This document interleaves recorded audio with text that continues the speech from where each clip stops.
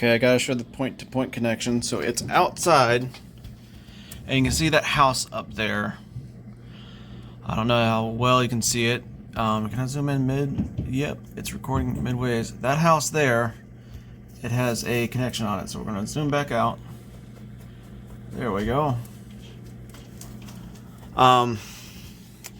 So we drilled a hole into the side of the window, and then through here, and we're going to caulk this up later. And did a Cat 5e unshielded, because that's what Home Depot had. UV resistant was the important thing, because their sunlight's going to go over it. We're going to come over here. We connected to a router, but even before that, we have the power injector PDE, so it connects to the power over Ethernet, sends power. Then it has another connection, goes to the router. I did not configure it through the router. I plugged it straight into this computer over here first. And then we configured it. You can look up online how to set up the default port, the default gateway to 192.168.1.20, which is the device on this side. And this router sits out. We use 802.11.11n because if the router, the M2 station, can only send 150 megabytes per second, which over at that house the cable's only going to get like at max 150 megabytes per second, so there's no reason to use AX, the new AX standard. We're not ever going to get faster than 150, even the best standard. So 802.11n is sufficient.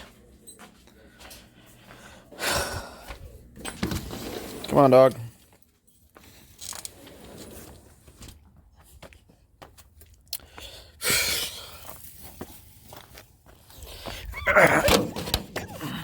Dog's been chewing up the stuff. Of course he did. Guess we'll spray it later. So we run out here. Cable comes out here. I had to remake this cable. When I made the cable with the crimper, apparently I did it wrong and had to reset it.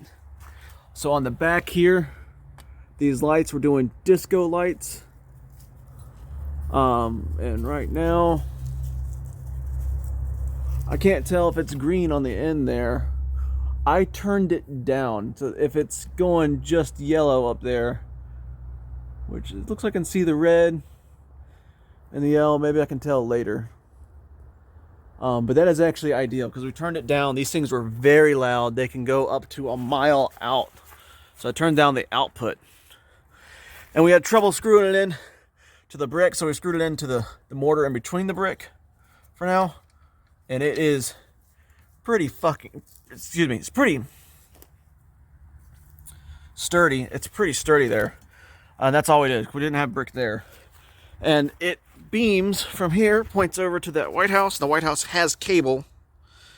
So if you keep going that direction, eventually you do get to, and that is not good, but you can see, you can't really see it. You can see it, but there's another one over there, and that's the access point.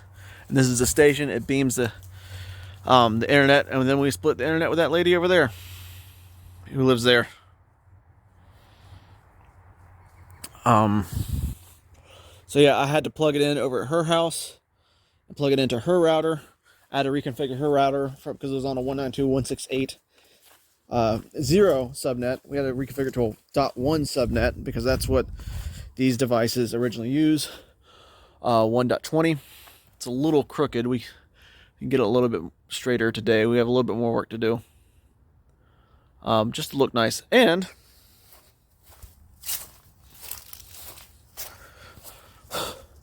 what is cool about these things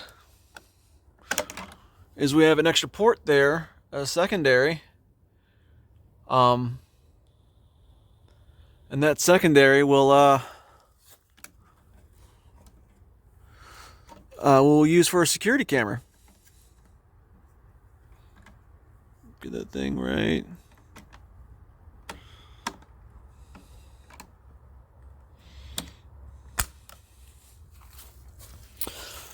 And that's it.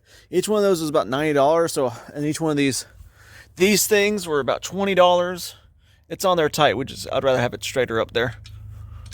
And that's because this is so tight. This is still loose right here. And that one is tight, so.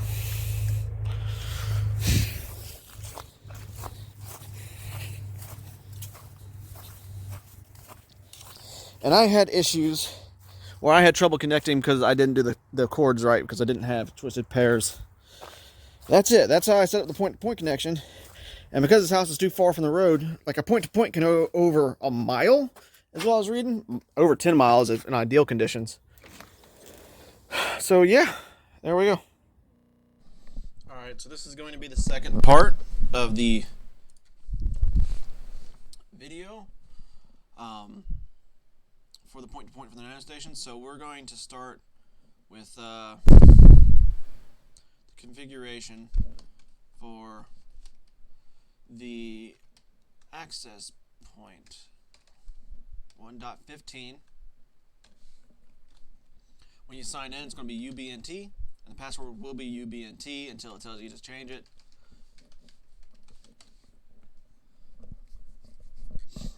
So mine's already set up.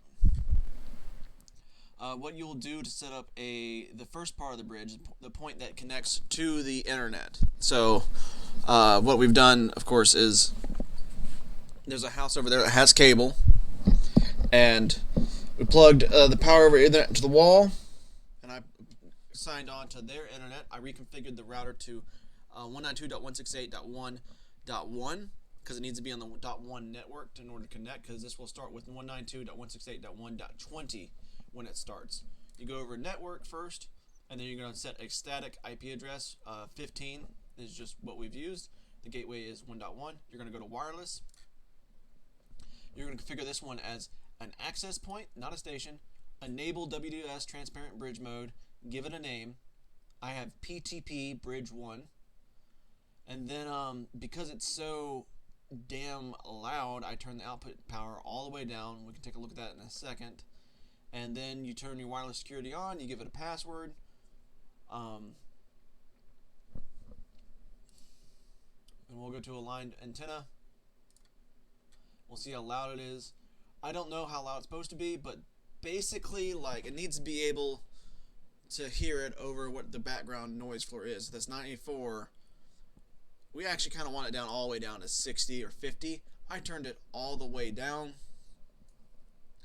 If we turned it all the way up again, and then click change and then apply, it turns really loud. But the output is going on both of them. So I'm kind of assuming if the access point, then what's throwing the signal, I mean, they talk to each other as well. So you probably want it to balance out where both can hear each other well enough that everything's understood. We go to main. So the noise floor, when it's turned all the way down, this thing's meant to send a signal miles, up to a mile. I could have sent the signal a mile away to a house. I could have a house on the road with cable, and probably not through woods. That turns into like sort of a wall.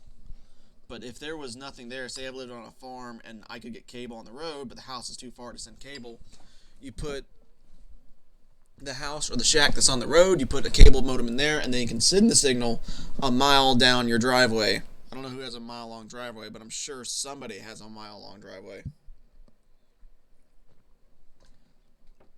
Or maybe it's just a cabin. Maybe you live on a farm and your house has cable, and then you have like a barn that's a few hundred yards away. It's really difficult to get cable out there, but you can send a signal that way. So the max signal here, this one just shows what would max signal be indicated on the graph. So I'm not sure where that graph is seen, but if I say the max signal is -30 and it goes to -20, it just says it has a max signal. So I lowered it to 65. I think that's average. Actually, because the way the graph is, we want max signal up to like 40. 38, then you can see how the average is. But we're trying to lower it to like 50 to get underneath, and I lowered it all the way. Anyways, that was 4 minutes talking. If you're trying to configure this, I'm going too slow for you. I'm sorry, but I don't think anyone's going to look at this to configure. So then the one on this side of the house, I had to pain in the ass to get this one working. And what happened was, the wire, it had like disco lights on the back of it, where like two lights would shine on two different ends and like dance back and forth. And the wire I had used, I had excuse me, crimped it wrong. I think I got the because the wire I'm using does not have a striped line on it. It's just there's white wires twisted with the blue, orange, green, and brown. I think I got the blue and the white striped wires wrong. It would have been nice if they had a twist on them, a stripe on them, but they didn't. So I had to go and reconfigure that. So that's one issue you might run into. On this one, you want to configure it as a station, WDS bridge, and what it's going to start to do is look for an SID. Then you can here you can type it in, or you can go to select, and here we go down here. We can say, wow, it's picking up a lot of them. I could GarageNet Ballard Guest J Knight. You can see what type of they are. AC, My Spectrum Wi-Fi. It's picking up a lot of people's information, and this is like a directional. So this is like going over to the houses across the street or something. Now it's got router A, kitchen Wi-Fi. That's behind it. So router A is right next to it, so you can see how loud it is. And then the signal here, you can see how quiet it is. Oh no, I'm gonna hack my neighbors next. Jeez. If I could just pick up their information. Okay. You can see how quiet they are too. Like the it looks like the threshold is pretty low, and over here on the right you can see how loud it is. PTP bridge is pretty loud. Click on that.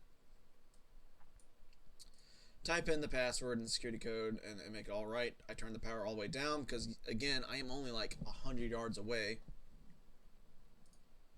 And same with this one. It is way too loud. And there's not more I can do about it. I might be able to change something.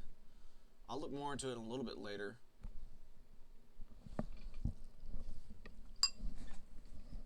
And that's it for now. We'll get another video. I'm actually recording it backwards. I'm going to go to the videos outside to show you the setup later. Thanks.